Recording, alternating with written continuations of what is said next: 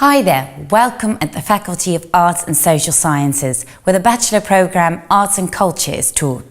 Between you and me, this is one of my favourite buildings at the university. And that's not just because there's a great coffee place next to the common room.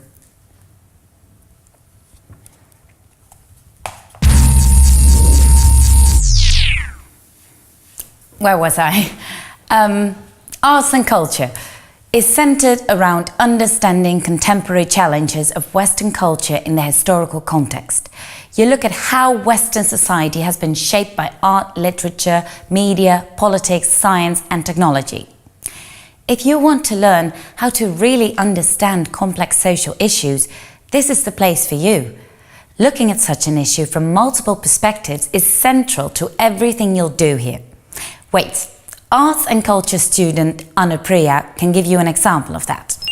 Well, in arts and culture, you look at complex social issues from an interdisciplinary perspective. For example, you would look at the rise of internet and the influence it has on young people by looking at it from a political movement, for example, how Twitter influenced the Black Lives Movement, or you would even see how it has changed the landscape of media, for instance, how the newspapers have been replaced by digital media, and even how it influences artistic expression. So it is really looking at a very complex problems and analyzing it through different layers and looking and dissecting it in an interdisciplinary manner.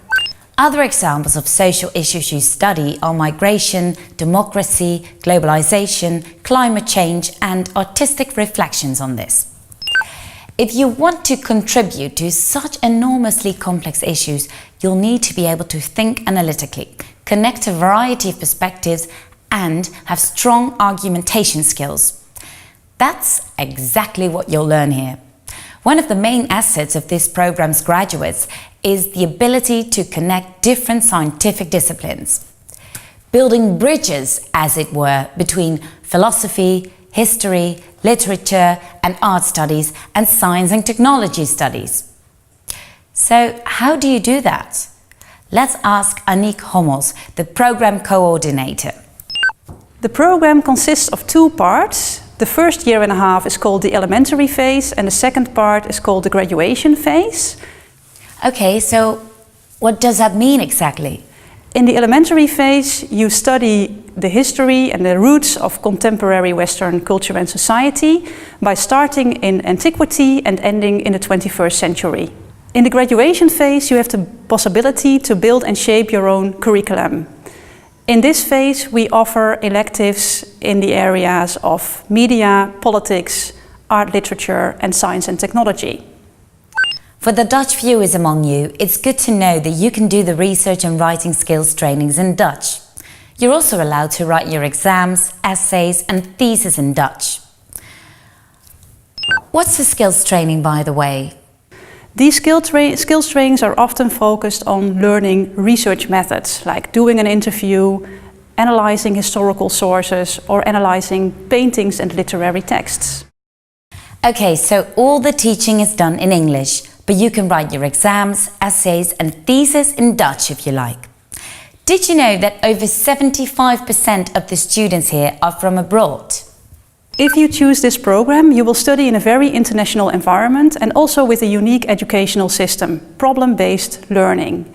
That means that you will work in small groups of around 15 students and a tutor who is a staff member of this faculty.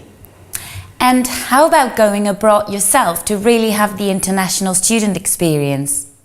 Here in Maastricht you study in a very international environment, but if you want to have more of that, you can also study abroad in your third year.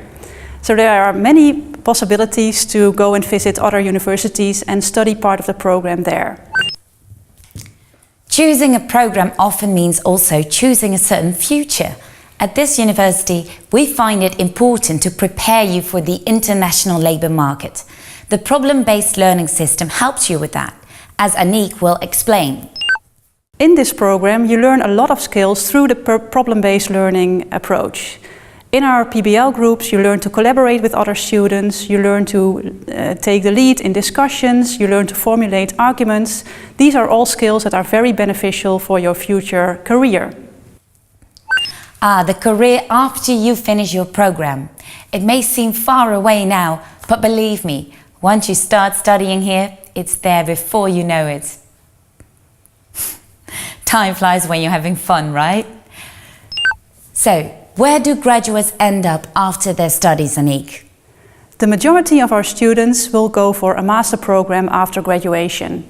But some of them also go for the labor market, for positions in media, art institutions or politics. Well, I guess that's all the essential information I can give you here and now about the Arts and Culture programme. It's definitely worth considering, I would say, especially if you love discussing and better understanding complex social issues over a good cup of coffee. Cheers!